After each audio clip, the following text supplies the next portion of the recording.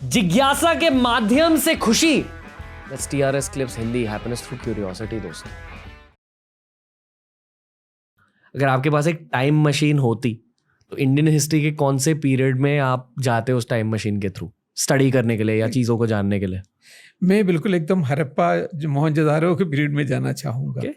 मैंने time machine भी इसी तरीके का मॉन्यूमेंट में रेकमेंड किया है, क्योंकि मॉन्यूमेंट में भी जो ना आपको एक टाइम मशीन होना चाहिए जो म्यूजियम में है, कि ताकि जो ना one can travel through the time.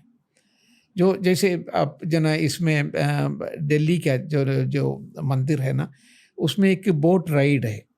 तो वो बोट राइड में अगर आप जाएंगे तो अब डिफरेंट पीरियड्स ऑफ हिस्ट्री आप जो ना इसमें जा सकते हैं। तो उसी तरीके के टाइम मशीन ये म्यूज़ियम में भी रहना चाहिए। ये कौन सी काल में आप पहुँचेंगे, जैसे आप जो ना अशोका का पीरियड पहुँच गया, अशोका के बाद जो ना कौन सी पीरियड है, गुप्त काल में शुंग कुषाण में आ गया, फिर जो ना आप हर्षा का पीरियड में आ गया, फिर सल्तनत में आ गया, फिर मुगल में आ गया। तो ये सब चीज़ों में जो ना एक क्यूरियोसिटी जगाएंगे, लोगों को जो ना बहुत अच्छा लगेगा।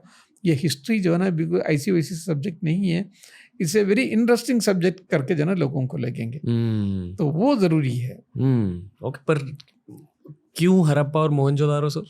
हड़प्पा और मोहनजोदारो पहले हम लोगों को 100 years पहले, जो 1927 के पहले हम लोगों को ये पता नहीं था कि हमारा हिस्ट्री इतनी पुरानी हिस्ट्री है जी। तब तक लोग ये समझते कि हमारा हिस्ट्री जो ना चालू हो रहा है 600 BC। 600 BC का मतलब है बुद्धा का पीरियड। तो वो लोग उतना ही समझ रहे थे। उसके पुरान पहले जो ना वैदिक काल था, लेकिन वैदिक काल क्या है इसको बारे में ठीक से पता नहीं था। लेकिन it was this one, Harappa देख लिया था जगह, लेकिन हड़प्पा का रियल इम्पोर्टेंस क्या है ये पता नहीं था। फिर बाद में जो मोहनजोदारो मिला, तो मोहनजोदारो में भी ये 400 किलोमीटर्स की दूरी में ये दोनों जगह पे जी बिल्कुल उसी तरीके से ब्रिक जो हड़प्पा में था उसी तरीके से ब्रिक यहाँ पर भी मिला। उसी तरीके से टाउन प्लानिंग वहाँ जो है वो यहाँ पर भी मिला। उसी तरीके से जो ना पोट्री मिला, जो वेट है वो भी एक ही जैसे। तो लोगों को पहली बार पता चला ये दोनों इतनी दूरी में है लेकिन एक ही सिविलाइजेशन है। फिर यहाँ से जो सील मिला है, the same kind of seal जो ना मेसोपोटामियन कल्चर में मिला, and that too at a depth of 2600 BC। अच्छा, उनका तो पूरा डेटिंग हो गया था, तो हम पहले क्या समझ रहे थे हमारा जो 600 BC तक की है, उसके पहले का पता नहीं है। लेकिन पहली बार ये पता चला 2600 BC तक जाने वाले हमारा एक हिस्ट्री है, and that was the eureka moment of Indian history, जो Harappa and Mohenjodaro civilisation. Not only that, we had trade relation with Mesopotamian civilisation, ये भी पता हो गया। तो इसीलिए मैं चाहता हूँ कि वो 100 years पहले हम लोगों को ये सब कुछ पता नहीं था, लेट अस से 93 years पहले हम लोगों को पता नहीं था। तो इसलिए मैं चाहता हूँ कि मैं टाइम मशीन मिलेंगे तो मैं हड़प्पा मोहनजोदारो में जाऊँगा, क्योंकि और क्या क्या मिलेगा, क्या क्या बहुत सारे अब भी हम लोगों ने डिसाइफर नहीं कर पाया, उनकी इंस्क्रिप्शन जो है डिसाइफर नहीं कर पाया। पर कोशिश हो रही है, कोशिश चल रहे है, लेकिन जब तक आपको एक ट्राइलिंगल इंस्क्रिप्शन नहीं मिलेंगे। क्या जैसे ट्राइलिंगल इंस्क्रिप्शन का मतलब है एक नॉन लैंग्वेज, फॉर एग्जांपल जैसे इजिप्शियन जो हीरोग्लिफिक था जी, ये भी ऐसा ही था, कुछ पता नहीं था, लेकिन उसमें एक ट्राइलिंगल इंस्क्रिप्शन मिल गया। तो उसमें एक ग्रीक में था, तो ग्रीक जाना हुआ वो था। Then you had Coptic language, and then you had hieroglyphic also. तो एक पहले था, तो उसी से जो ना पूरे तीनों आ गया। मतलब मान लो देवनागरी के साइड में इंग्लिश में कुछ लिखा है और चाइनीज में कुछ लिखा है, यस, तो आप चाइनीज जान पाओगे क्योंकि आपको देवनागरी और इंग्लिश आती है। देवनागरी। उसी तरीके से मेसोपोटामिया में भी ऐसा क्यूनिफॉर्म, पहले क्यूनिफॉर्म किसी को पता नहीं था, लेकिन ओल्ड पर्शियन पता था। तो एक इंस्क्रिप्शन ऐसी मिल गया जो ओल्ड पर्शियन में भी है, क्यूनिफॉर्म में भी है, और फिर एक दूसरा एक और लैंग्वेज उसमें। जब बोलो सर। हाँ, तो इसलिए जो ना, तो उसी तरीके के जब तक जो ना ट्राइलिंगल लैंग्वेज नहीं मिलेगा, तो बहुत मुश्किल है। इसलिए डिगिंग करना जरूरी है, क्योंकि डिगिंग करना जरूरी कहीं वो शायद इंस्क्रिप्शन पड़ी हुई है पर उसे ढूंढना जरूरी है। Yes yes yes yes. तो क्या पाकिस्तानी गवर्नमेंट ये करेगी? हाँ नहीं, पाकिस्तानी गवर्नमेंट भी होना चाहिए, हमारे इंडिया में भी काफ़ी जगह है। अभी हमारा जो ना जितने भी ये है, जो हमारा जितने भी साइट्स इंडिया में हम लोगों को मिला है, तो वो सब जो ना फैसिनेटिंग साइट्स है। Okay okay. अगला सवाल, यस। एक बुरे आर्कियोलॉजिस्ट में और एक अच्छे आर्कियोलॉजिस्ट में फर्क क्या होता है?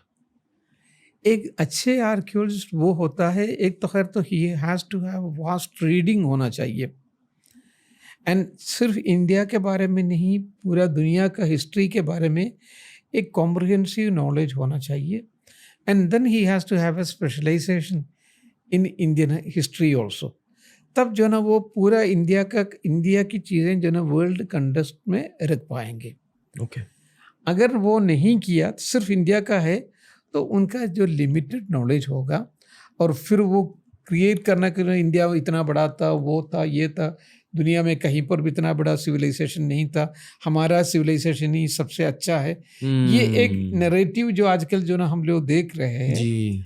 क्योंकि पूरा दुनिया में जितने भी लोग हैं, हमारा तो 1 of the 4 और 5 सिविलाइजेशन में एक है, उसमें कोई शक नहीं है। लेकिन हम भी सबसे बड़ा है, हमारा पास जो है ना पुष्पक विमान था, या हमें सर्जरी आते थे उस ज़माने में, या हमारे पास ना इंटरनेट था उस ज़माने में, महाभारत पीरियड में। ये सब जो ना तब जो ना आते हैं कि वो सिर्फ जो ना ज़्यादातर जो ना हम सिर्फ अपने ही हिस्ट्री पढ़ने के लिए कोशिश करते हैं, और इसको बारे में जो ना बहुत कुछ बड़ा चढ़ा के कह देते हैं, जो आर्कियोलॉजिस्ट मानते नहीं है। जी, पता है ये पॉइंट बहुत ज़रूरी है, और मैं हिंदी पॉडकास्ट पर इसके बारे में थोड़ा सा बात करना चाहूँगा। हाँ, जब मैं इंग्लिश पॉडकास्ट कर रहा होता हूँ, सही, मैं वर्ल्ड हिस्ट्री पर टॉपिक्स ला सकता हूँ, सही, पर अगर मुझे वर्ल्ड हिस्ट्री के बारे में हिंदी पॉडकास्ट पर बात करनी है, मैं थोड़ा सा डर जाता हूँ, क्योंकि वर्ल्ड हिस्ट्री के टॉपिक्स चलते नहीं। सही, सही, सही। क्योंकि हर भारतीय को ना भारत के बारे में ज्यादा जानना है, और वो सही, बहुत अच्छी चीज है सही, सही, कि आप सही, पेट्रियोटिक सही, हो, आपको खुद की बिल्कुल, कल्चर के बारे में जानना है, सही, पर दुनिया के बारे में भी सीखो। बिल्कुल बिल्कुल बिल्कुल। इंटरनेट का फायदा उठाओ, आपकी नॉलेज बढ़ेगी। सही सही सही।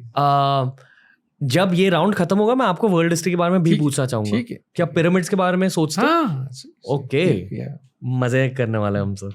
एनीवे, बट ओवर पैट्रियोटिज्म भी जो ना बहुत ज्यादा जो ना डेंजरस है। जी, ओवर पेट्रियोटिज्म 100%। देश के लिए अपनी जान दे देना अच्छी बात है, जान कुर्बान है, पर जो देश के बाहर हो रहा है उन चीजों के बारे में भी जानो। सही, ओके।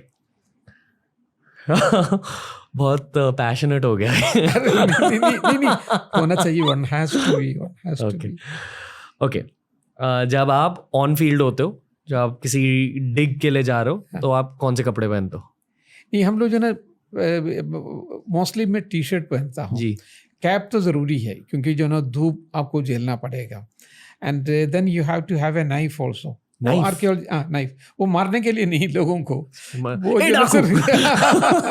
नहीं, वो तो सिर्फ जो ना हमें जो ना जो भी चीज़ें निकालते हैं, वो हमारा जो ना गेटी से नहीं, हम जो चाकू से निकालते हैं, मिट्टी जो खुरसते हैं, and sometimes we will be having surgical knife also.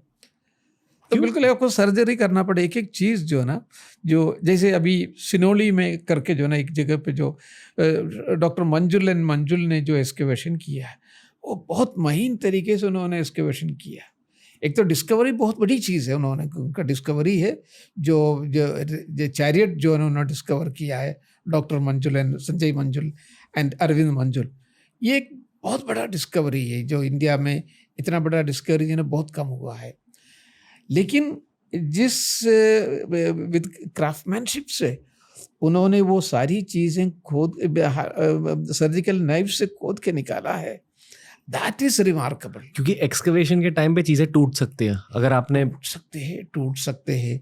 एक एक चीज़ ना बहुत फाइनली निकालना पड़ेगा, and Sanjay Manjul is a very good artist also. तो इसीलिए इतनी चीज़ जो ना इतना बड़ा काम वो कर पाए। So one has to be an artist also, one has to be a visionary also, one has to be dynamic also. थोड़ा सा हिम्मत भी चाहिए, जैसे इन सारे सिचुएशन से, जैसे नक्सलों का हो गया, डाकुओं का हो गया, सिचुएशन में जो ना आपको फेस भी करना पड़ेगा। और एक गुड पॉडकास्टर होना भी ज़रूरी है आजकल। यस, वो अगर होगा तो खैर तो क्या कहना। जो हमारे पास नहीं है अभी तक, जो ना अभी मेरे ख्याल में शायद एक आप कर रहे, 2-3 लोग और भी किया है, वैसे लोगों ने किया नहीं है। मुझे बहुत मजा आता है। अच्छा। जब मैं आर्कियोलॉजिस्ट से बात करता हूँ, आप लोगों के पास बहुत सारे एक्सपीरियंसेस होते हैं, कहानियां होती है, एक्सपीरियंसेस होते हैं। सही। और एक अजीब सवाल पूछना चाहूंगा। हाँ। आपको कभी स्केलेटन मिला है, कंकाल? हाँ, कंकाल मिला है? हाँ। क्या महसूस होता है जब एक स्केलेटन मिल जाता है? देखिए, an archaeologist is a scientist. Okay. वो कंकाल जो ना डरते जो है ना, वो लोग है कि जो ना इन सब चीज़ों को जो ना उस तरीके से नहीं देखते हैं। लेकिन हम लोग जो ना, खैर तो ये है कि you are a scientist and you are looking at it from the material point of view. हाँ, इसका क्या उम्र होगा, ये whether it is he is a man और ही इज़ ए वुमेन, इनका रेस क्या रहा होगा, कितने साल में ये इनका डेथ हुआ होगा, बिल्कुल एकदम साइंटिफिक अप्रोच है। तो इसीलिए जो ना वहाँ जब आर्कियोलॉजिस्ट जो ना फील्ड में जब पहुँच जाते हैं, इज़ कम्प्लीटली ए साइंटिस्ट। वो एक हिस्टोरियन की तरफ देखते नहीं है। हिस्टोरियन होगा तो थोड़ा सा डर जाएगा, डर जाएगा, अरे ये क्या कंकाल मिल गया, अरे भाई निकाल के फेंक दो। आर्कियोलॉजिस्ट ऐसा नहीं है, it's a great discovery for him and then he approaches the subject very scientifically. Skeletons का क्या महत्व होता है वैसे? मतलब अगर आपको स्केलेटन से आपको जो ना पूरा which race is this one, okay, वहाँ के लोगों के बारे में पता चले। हाँ, यस। पर भारतीय ही होंगे ना? नहीं, भारतीय होंगे, लेकिन जो ना हम अक्सर जो लोग कहते थे ना, हम लोग ये वहाँ से माइग्रेट करके आया है, ओके, ये सेंट्रल एशिया से माइग्रेट करके आया है, यूरोप से माइग्रेट करके आया है। तो ये सब चीज़ें जो ना आजकल भी सवाल जवाब होते रहते हैं, लेकिन उसको जवाब देने के लिए ये सारी चीज़ें जो ना अभी प्रोफेसर डॉक्टर शिंदे साहब ने एक स्केलेटन का जो ना वो निकाल के जो ना उन्होंने पूरा जो ना इसी के बारे में रिसर्च किया है एंड दैट उसका डीएनए का टेस्ट किया है। तो वो उन सब चीज़ों में पता हो जाते हैं whether they are indigenous, whether they are migrant from some other countries, अगर है ये कौन सी रेस की बिलोंग करते हैं, ये सब सारी चीज़ें जो ना आपको डीएनए टेस्ट से पता हो जाएगा। ओके, कुछ अजीब पता चला? बहुत सारी चीज़ें, जैसे राकी गढ़ी में प्रोफेसर शिंदे साहब ने जो एक्सकेवेशन जो किया है एंड उसमें से जो डीएनए जो निकाला है, तो उसमें ये पता चला है कि वो लोग जो ना पूरा इंडिजिनस लोग हैं। ये नहीं कि पहले जो हम लोग कहते थे ये सेंट्रल एशिया से आए थे, वेस्ट एशिया से आए थे, हाँ, वो जो आर्यन माइग्रेशन वो थियरी वगैरह जो है ना, वो सब जो ना अभी तो on the basis of the history, I mean this one scientific studies हम लोग बदल रहे हैं पूरा। अभी भी बहुत सारी चीज़ें हैं जिसके बारे में जानना ज़रूरी है और हम और ज़्यादा जान रहे हैं टाइम के साथ। बिल्कुल, टाइम के साथ हिस्ट्री अभी भी हम सीख रहे हैं। बिल्कुल। जैसे साइंस का डेवलपमेंट होगा तो बहुत सारे जो हम लोगों को जो पहले जो हम लोग सोच रहे थे वो सब जो ना हम लोग चेंज करना शुरू हो जाएंगे। हो रहा है but you should have an open mind. ये नहीं होना चाहिए मेरा ही कल्चर जो ना सबसे बड़ा है and we are the chosen of the people और हमारा ही सब कुछ है, हम लोगों को वो पता था, ये पता था, ये थिंकिंग नहीं होना चाहिए। अगर वो थिंकिंग हो गया काम से।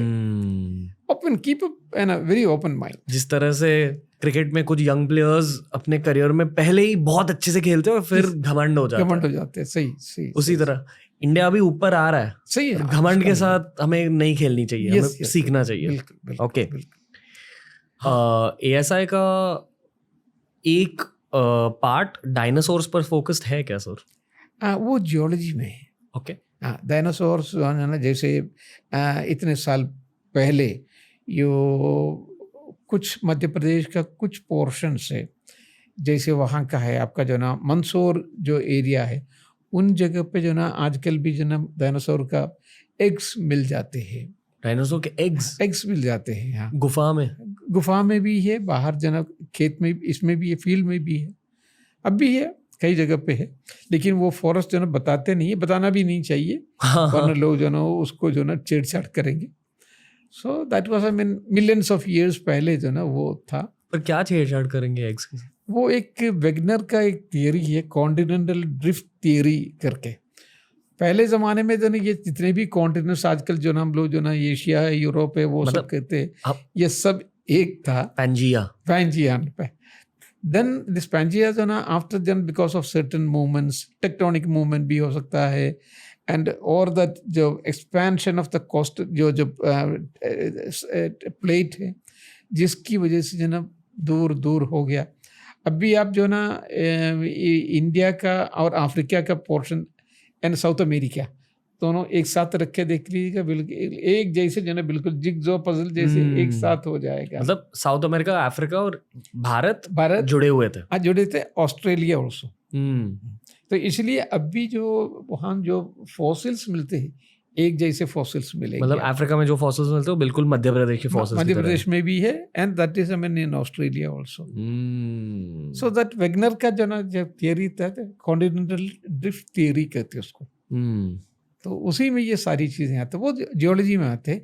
लेकिन हम लोग आउट ऑफ इंटरेस्ट जो ना, जो मैंने कहा कि जो ना you have to have a vast study of all this things, तभी आर्कियोलॉजी में आप फोकस कर पाएंगे। दोस्तों टीआरएस क्लिप्स हिंदी को अगर सपोर्ट करना है तो ऐसे वीडियोस दोस्तों के साथ शेयर कीजिए, सब्सक्राइब कीजिए चैनल को। टीआरएस हिंदी बहुत जल्द लौट के आएगा।